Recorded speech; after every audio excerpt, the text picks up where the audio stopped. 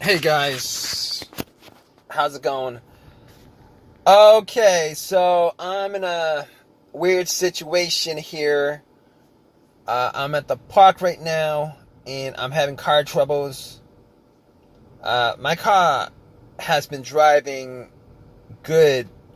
I mean, I haven't had any issues with it.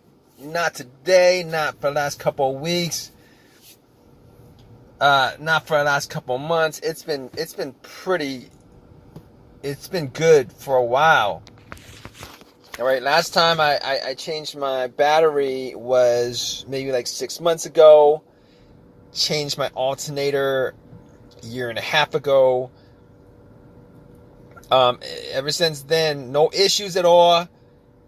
No issues at all. I was comfortable driving this, for, a long to places that's like far away. This car has been pretty much solid for me up until today. So basically, I'm at the park. I parked my car at the park and jogged around for about 2 hours, walked around, came back and tried to start it, and nothing. Like nothing. Like when I get into the car, everything works the same it's supposed to work. All the rings and sounds and stuff like that. The dash, all the lights are good. Radio turned on immediately. Blower motor works. Only problem is it won't crank. It won't crank at all. Now I've been trying to figure this out. Trying to crank it up like 15 different times. Try to crank it up, but nothing happens. So I've heard about these situations and that could be caused by a brake switch. If you guys didn't know, the brake switch is it pretty much is it's a part that turns the brake lights on when you press on the brake pedal. Also, if you guys have, yeah. So basically, I was like, maybe it's the brake switch. So I went to the back. I actually did ask somebody to check my brake switch, and I actually did take it out to put it back in. And then I did ask somebody to check out my brakes to see if they were good, and the brake lights came on. So the brake lights came on. So it wasn't the brake switch. So I was thinking to myself, okay, maybe it's the battery. Battery is fairly brand new. Maybe it could still be the battery. It's brand new, but it could still be the battery. So I was thinking to myself, let's turn the headlights on. And the headlights were pretty bright. But this is daytime, so it's kind of hard to tell. But the brake lights were fine. All right. So, but I wasn't having issues with any of the power in the car. The brake lights were fine. So I pretty much told myself, I mean, it could still. Oh man, I'm going off track right now. This situation is actually frustrating me. What was I talking about? Brake lights. The battery was good, I thought, and I opened up the hood. I was looking at the battery, trying to see if there was anything that could cause it not to put out the amount of power needed to start the car. I noticed that there was some corrosion. It was like a bluish, whitish corrosion around the terminal, and it wasn't a lot, but just to be sure, my terminals were kind of loose, and I kind of thought that could have been the problem too, but it wasn't loose enough where something like that would have caused like a disconnect.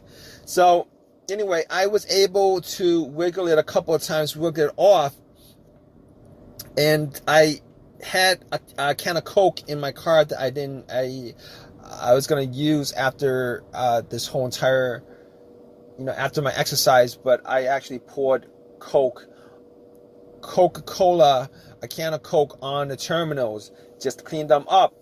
If you guys don't know about that, it'll fizz up the corrosion or whatever, which it did. Most of it was off. I took some paper towels, cleaned it off, and they were pretty clean. It wasn't like it was covered in corrosion. So I popped it back on the battery, and I tried to turn it back on a couple of times, and it did the same thing. Nothing happened. So basically, at that point, I was thinking to myself, if anything, it's not the battery right now. So it's not an issue with the connections to the battery. So I was like, okay, I'm gonna ask somebody to give me a jump. I did actually have somebody around, which guy asked me whether I needed any help because I had my hood up, and asked for a jump. And jumped it. Nothing happened. Okay, so basically the first time nothing happened. So I waited about not 5 minutes. I waited a couple of minutes, for it to charge the battery, just in case the battery was pretty low, and then tried to turn it on, and nothing happened.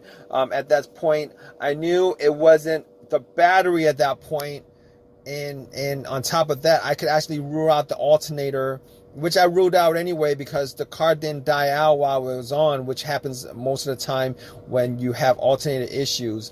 And the reason why I ruled out the alternator is if the alternator was bad and it ran the battery down, and your battery was dead and you can't start your car, a rare occasion that would happen the way, where your car would be, your car would die out at the time parking. But as soon as you get a jumper cable on there, if it was a bad alternator, you would be able to start the car. But once you take the cables off, your car would die out because the alternator was bad. It wouldn't be charging it. But that wasn't the situation that occurred. Fine. All right. I could rule out a couple of things. I could rule out the battery. I could rule out the alternator.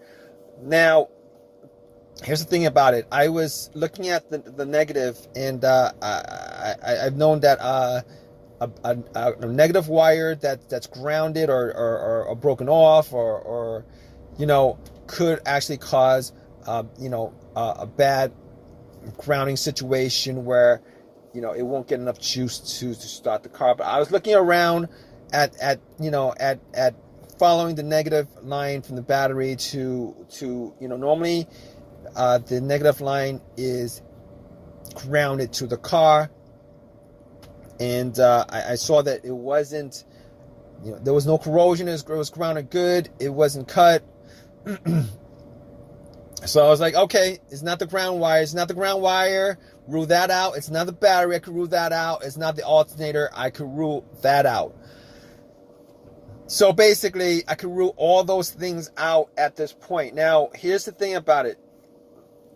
Every time I tried to start the car up, it would give me a click. There was like a faint click. Every time I tried to start the car, there would be a faint click.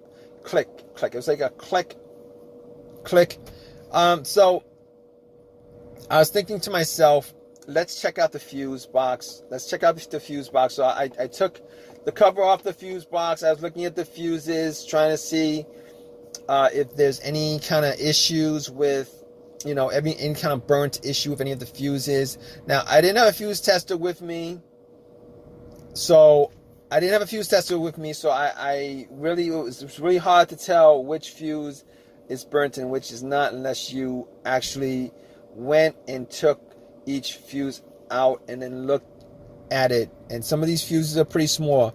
See if there's any kind of burns in there. Now, I didn't have a fuse tester with me. I didn't do that. The fuses look fine to me. But here's the thing about it. Here's another thing that came across my mind. I thought it could have been maybe like the fuel line or the fuel pump. But I could pretty much rule the fuel pump out because just because there's no cranking. So if it was the fuel pump that was the problem, the car would at least crank up. Now, the fact that there's no cranking, I could just rule out the a fuel issue. It's either So I was looking at the relays, see if it was the relays, and I don't think it's the relay. I ruled out the relay because I was hearing a click. Now, and that click was probably coming from the starter relay. For the most part, when you turn it on, power goes from the battery to the relay and then to the starter. So it's because I was hearing a click. Now, I didn't have somebody outside. Normally, you could actually feel the starter relay clicking when you click on it. Now, I'm not 100% sure that it wasn't the starter relay that was causing that clicking noise, but I'm pretty sure. Okay, now if I had somebody with me to just be out there and you know, listen for it, you know, and put a finger on the relay, normally it would, you know, you would actually feel a certain vibration, a clicking vibration on the relay when you try to start it. But here's the thing. I didn't have somebody with me, but I did hear a click each time. So I'm going to rule out the relay.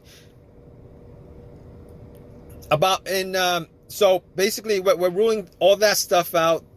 I'm ruling the relay out. I'm ruling the battery, the alternator, the ground wire. If you guys are in this situation, you guys need to troubleshoot this situation. Obviously, you guys are going to just keep on ruling things out until you guys get to what the most probable issue is with your no start situation. But in this case, I could rule all that stuff out. Now, as far as the fuse is concerned, here's the thing. I didn't have a fuse tester, so I couldn't test out each and every one of these fuses. So I was thinking to myself, okay, the situations that I've had previously where there were fuse issues, I will say that there were two times where I had fuses cause my car not to start. Now, it wasn't on this car, it was on previous vehicles that I've had before. So one of those situations was, I believe it was a Honda that I had, where there was a main fuse that connected the battery cable to the fuse box. Now, Honda likes to have these main fuses. I think Nissan used to like to have these main fuses. So basically, that situation was like this, all right? There was nothing working in the car. There was no electricity going to any portion of the car, all right? The clock, the car's radio didn't work, the clock didn't work. There was no lights, there was no sounds, the alarm didn't work, power, nothing in the car worked. It was as if somebody unplugged the battery from the car. All right, so in that situation, I was looking at it. You know, it wasn't 100% obvious what the problem was, but after putting two screwdrivers and connecting the metal part of the screwdriver together, the car started. So at that point, I knew that it was the main fuse that was the issue. But in this situation, this is not the case, because everything in this vehicle, the electricity works. It's getting full power to everything. I have no issues with any other thing that's not working at all. Okay, so it's not that fuse issue that's the problem. I could rule that out. Now, the other fuse issue that I had that caused my vehicle not to work was a blown fuse, and the blown fuse was probably the fuse to the fuel pump. It was probably a fuse to the ECM, the car's computer, PCM. All right, that situation, I was able to get the car to crank. I was able to get the car to crank, but with that situation, I wasn't able to get it to turn over. All right, and whatever fuse that was, it wasn't either getting gas so that it turned over, but the starter was cranking up, not a problem. It just wasn't able to turn over. I heard every time you crank it, it would crank, but you would just not be able to turn the car over.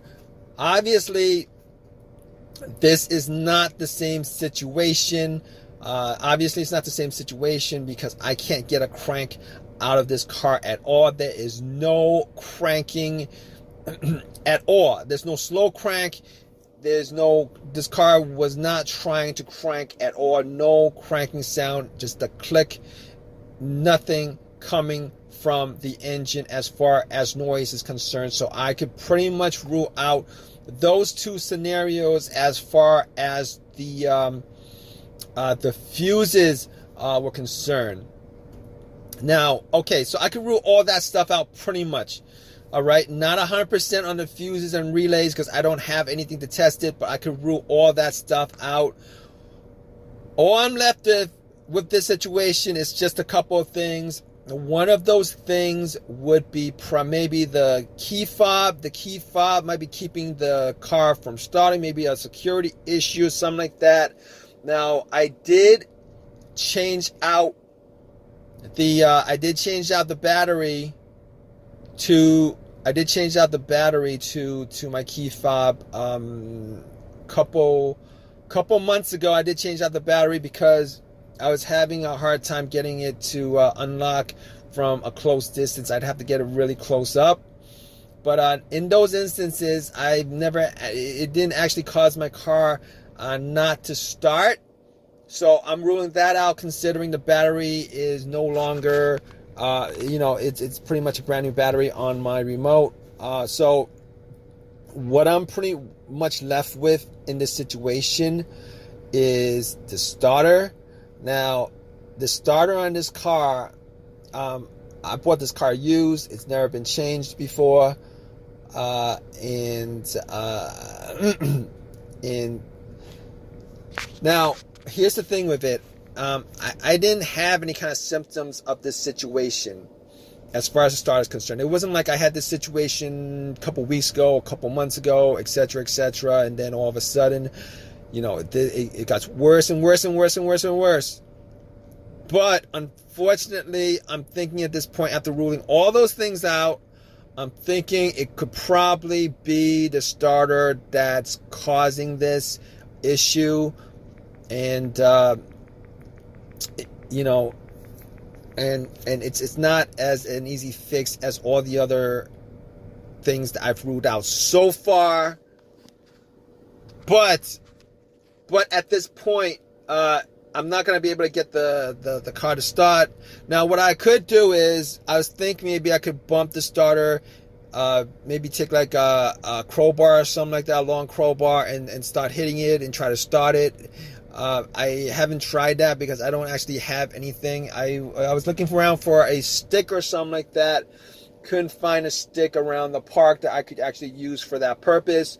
So basically, I am stuck here in the park waiting for AAA to have to give me a tow back home so that I can sort this situation out and figure out what the problem is. But if you guys are still looking for a fix to your problem, just hold on. All right, I'm gonna once I get this, once this tow truck gets here and I get home, I'm gonna work on it, see if I could definitively figure out what the situation is. All right, guys, just stay with me. I'm gonna give you guys a resolution to this problem, tell you guys what the. All right, guys. So basically, it took 2 hours for me to get a tow truck to my car, and had my car towed back home.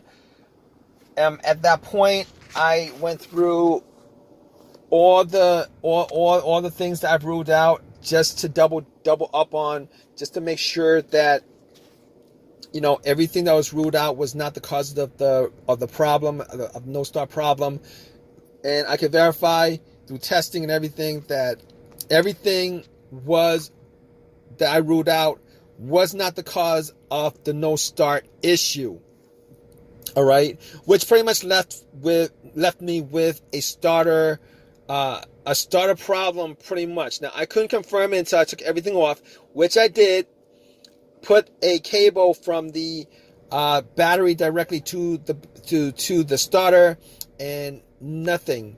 It did not do a single thing. Now, The connections were rusty, but clean it off, put the cable from the battery to the solenoid of the starter, and it still didn't work. So at that point, I confirmed that it was a starter that was causing the no start.